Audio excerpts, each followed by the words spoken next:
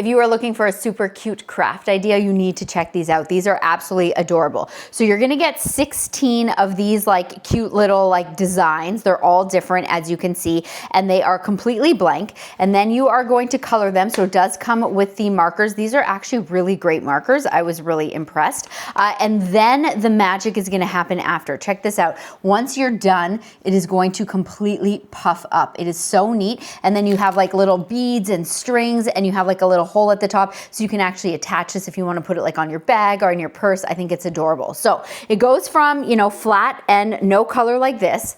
Then you are going to color it. Look at this one. My husband did this. How adorable. And then you've got these like little magic pens right here. And all this is water. You just fill it up with water. And then you've got like the little tip. It's like a little paintbrush, and you can just squeeze this as you're going. So I'm just going to go ahead, and then as you just add the water on here, it's going to start puffing up. So I'm just going to go around the ear. So you can look at that. You see that puffing? Let me look at the difference here. Look at the side, and then look at this side over here. So then it completely puffs up and makes like an adorable little puffy, I don't even know what you would call this, like just like a little puffy dude. He's so cute.